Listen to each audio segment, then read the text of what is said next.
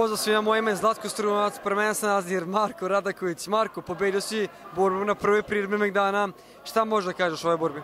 Pa evo, kao što sam obećao sam prekid u prethodnom intervjuu, prekid je i bio, šta da kažem, mislim da je protivnik daleko kvalitetom ispod mene, mislim da je daleko gabaritima manji od mene, tako da sam ja donekle čuvao neku distancu dok nisam osjetio da je pravi trenutak da uđem, da napravim neki proboj napred, kada sam napravio proboj napred, pogodio jedno koleno, on je pao, ja uzeo leđa, razvukao, završio meč rutinski, tako da eto, još jedna rutinska pobjeda upisana u skor, idemo dalje u nove pobjede.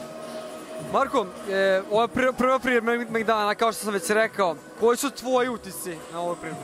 Pa moji utisci su fenomenalni, definitivno, jer od same produkcije, od samih mečeva, od svega, vidite, pogledajte ova produkcija izgleda stvarno brutalno.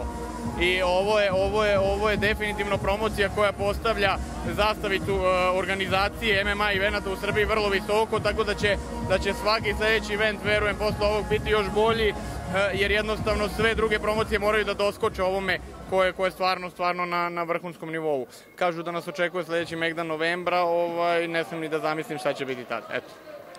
Da li ti već sad neku borbu imaš zakazanu u buduće?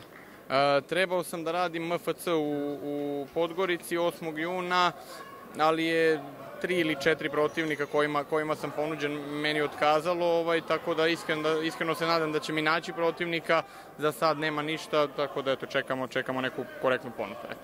Marko, hvala ti na ovom intervju i čestitamo ti još jedan napad na pobjede. Hvala vama puno, pozdrav za sve pratioce MMA Novosti i vas koji radite odličan posao.